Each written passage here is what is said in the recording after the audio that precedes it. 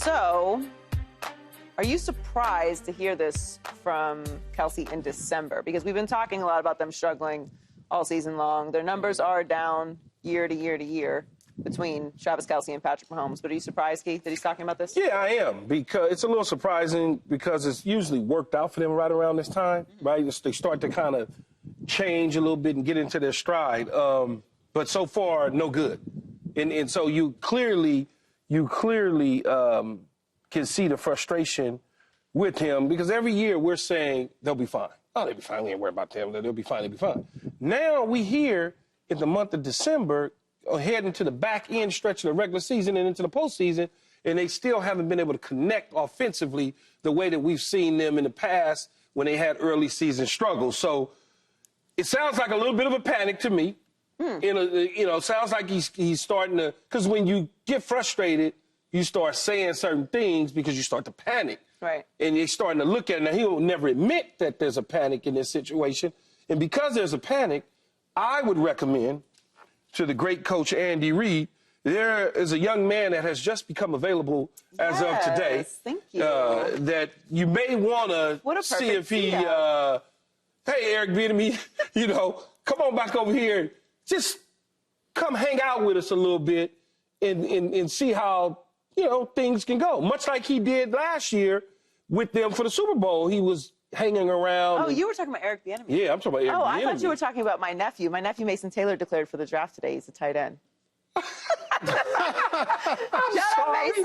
Congrats. So proud of you. Yes. I thought you were giving me a tee up. Yes, also Eric Bieniemy has become available. Yes.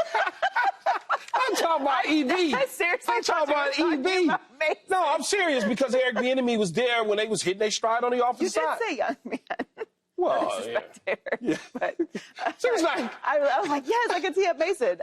Shout out to you, Mason. Very excited. No, but I was talking about EB. He might be available to help out a little bit. Yeah. I mean, it's pretty obvious there's something going on there that's a little bit awry. They will figure it out.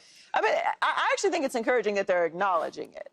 Yeah. Like, it's clearly a problem. The drop-off is not only visible, you can see it statistically that they are having trouble connecting. And to Travis's point, the red zone is really where, even if they're not putting up the big numbers, in the red zone, they're locked in. And that being an issue is something to be concerned about. Again, I still stick with it doesn't matter until the postseason. Until I see them fail in the postseason before the Super Bowl or the AFC Championship game, I'm not going to believe it. But they were playing better this time. Yes, they were starting to pick it up. Yeah, they're starting to pick it up. Yeah. I think this is nothing that I would be concerned about. I was watching that Raider game, and I said the same thing. I said, something's off with them, because I remember in that game, Kelce dropped a pass, and then on a touchdown pass to Kelce, he threw it, like Kelce cut in, and he threw it to the outside of him, and I was like, something's off right there. They're not on the same page. But to say that, I wouldn't be worried about this. When you got a history of being great and understand when to turn it on and when to get back on track, I believe they will. Now, it's the regular season. I know you want to build up to that. You want to practice and play how you want to go into the postseason and things be online. But they've been in so many deep runs that I wouldn't even make this a concern, because I know once they turn it on, we're talking about one of the best 1-2 punches in all of football in the history. In the history, Travis is arguably the greatest tight end, along with Patrick Mahomes, one of the greatest quarterbacks already, and he's only in his prime. I wouldn't even worry about it, because I know they'll get it together once the playoffs start. Well, let's hope so, because they have a third Super Bowl. But their defense got to play better, too, though. No, their defense on point. They got to play a little bit better at times. Teams are scoring points. They got to do a little bit different. Is way ahead of the defense is way ahead, but at times, the defense will give up the goods. That's why people scoring points. Well, they're going to need to put it together for the postseason. Yeah. That is for sure. But to Paul's point, when you have so much experience, I wouldn't even worry. You really kind of almost compartmentalize it. But sometimes you see teams get caught with that because they don't value the regular season. They can go 16-1. Yeah. In the divisional round, bye-byes. If they don't get it done. I think that could happen to anybody. But we ain't talking about anybody. We're talking about Kansas City. No, but this ain't. Kansas City is champs. But right now, people looking at them like they're anybody's, though. No one is afraid of them. What's crazy? And they getting their best But they push. keep winning. Nobody. I know, but ain't nobody afraid. Like when the New England Patriots went to 16-0, people were scared of the New England Patriots. Yeah, they were. They were afraid when they had these type of records. Teams are scared. Afraid or not, they're still losing. Teams are scared of the Kansas City Chiefs. I don't think teams are scared of them. All right, so with 2 minutes on the clock, 3 minutes on the clock, and they got the ball, that defensive coordinator over there, like, he in fear not only of his life, but his job. That's different, though. Oh, yeah. I'm sure that they got a couple people. I'm sure. I would love to. I would love to have a body count of how many defensive coordinators that Mahomes that he fired since he's been in the league. Quite a few. Well, let's shoot over to the biggest story in basketball. The Lakers got blown out by 41 points in Miami last night. Los Angeles has lost 6 of their last 8 games, causing LeBron and J.J. Redick to step up and take some responsibility. So, okay, I was waiting on this one.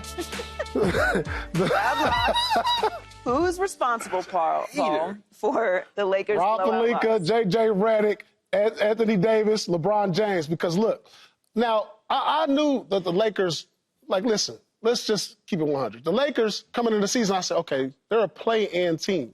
And then they got out to this hot start, and everybody's like, whoa, the Lakers are contenders again. No, they did nothing to change the roster over the last few years. LeBron is a year older. And the reason I blame Rob Pelinka, like I said, you didn't do anything to change. You just said maybe LeBron and AD will continue to carry us and they'll uplift us if they're healthy. Oh, if we're healthy. Well, you're healthy now, and it looks the same. But it's not that they're losing because I expected them to lose. It's the way they're losing now. So that has something to do with who's motivating you in that locker room. And you put that on the coach, you put that on LeBron, and you put that on AD because they're responsible as leaders to getting your guys up and ready and motivate them, getting them. You don't lose by 41. You don't lose by 29 in back-to-back games. When it happens that way, you can lose, but not like that. It's a cause for concern. You got a lot of energy when it Oh, yeah. When it came to the Lakers. Oh, yeah, I got a lot of energy. He went to a 10. Man, he's such a hater. That's the whole team, though.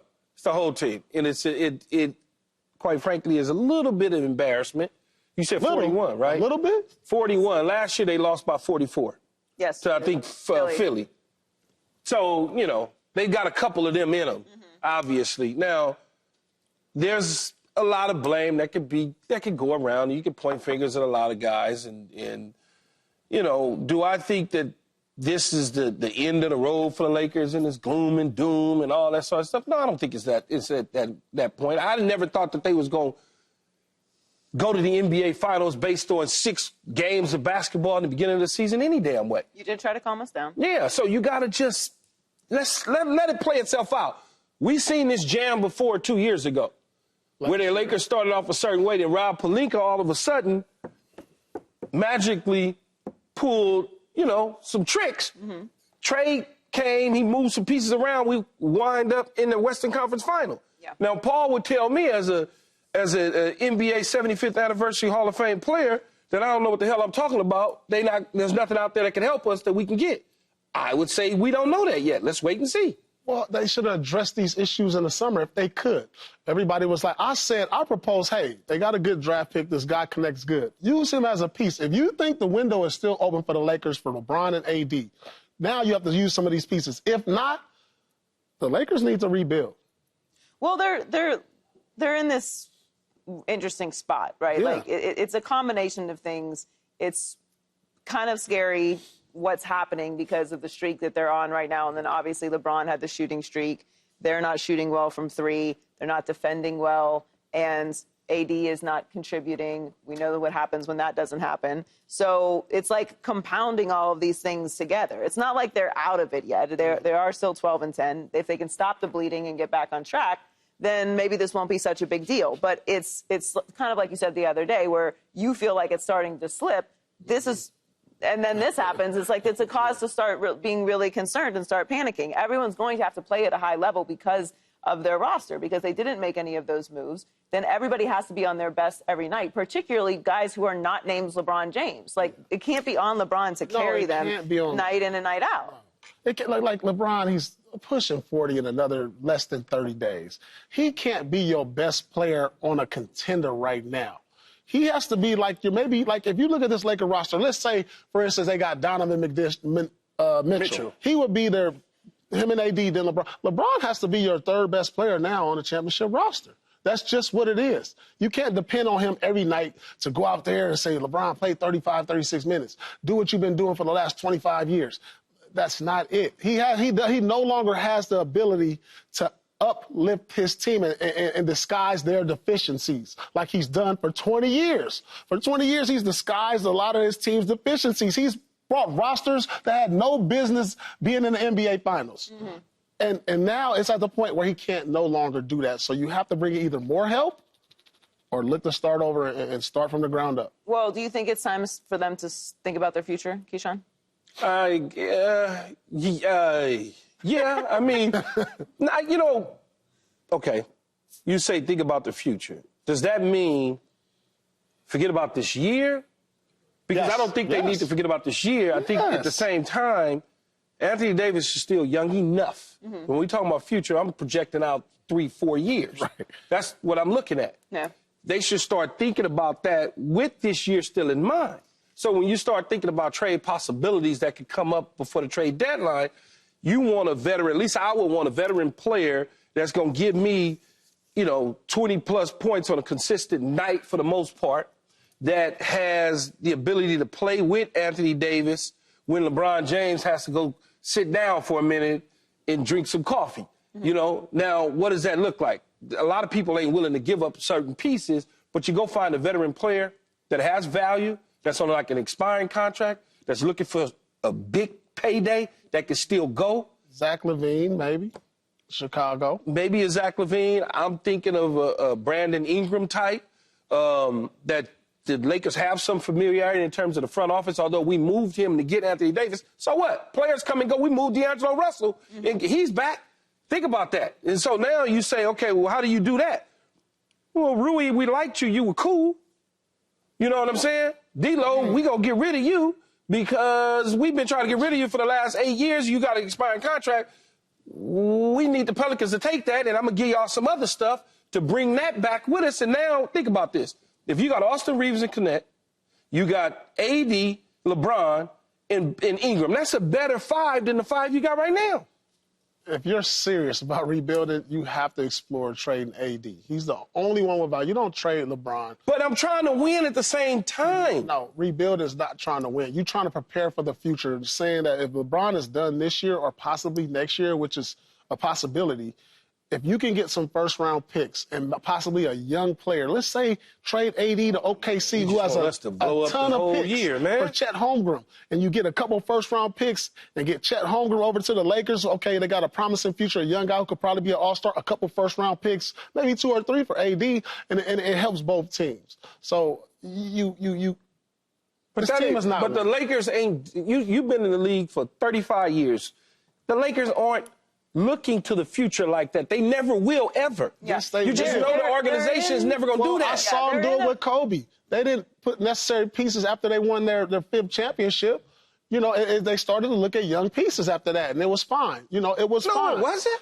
You got to understand, it was fine. It was fine because Kobe was going into his last. Now LeBron may be done this year. So what are we trying to mortgage our future for us, Paul? It did. What did it do? What? What did it do? Tell me. It kept y'all one banner behind us. It didn't do anything for us. It did absolutely nothing. And then we had to go out there and get LeBron 2 years earlier while he was still playing. We had to negotiate a deal to, move. Come on, man, stop. Where they have LeBron and AD, and so there's kind of like this win now energy. But then if LeBron retires, you have AD, who isn't old, but isn't young. I'm just saying like the space that they are in as an organization, it's not very clear. They're very young. They're very right now. They're very win tomorrow. Like win today. That's what they're in all 3 phases of where an organization would be because of the construction of this roster being so old and so young. Yeah. That's what I'm saying. Then you brought a rookie head coach who has no coaching experience, who I believe will probably be a good coach one day, but not with this roster constructed as is. Yeah, that's why we got to make some moves, like you said, for now, later, in the future. I mean, they have to do. They're in all 3 phases. Yeah.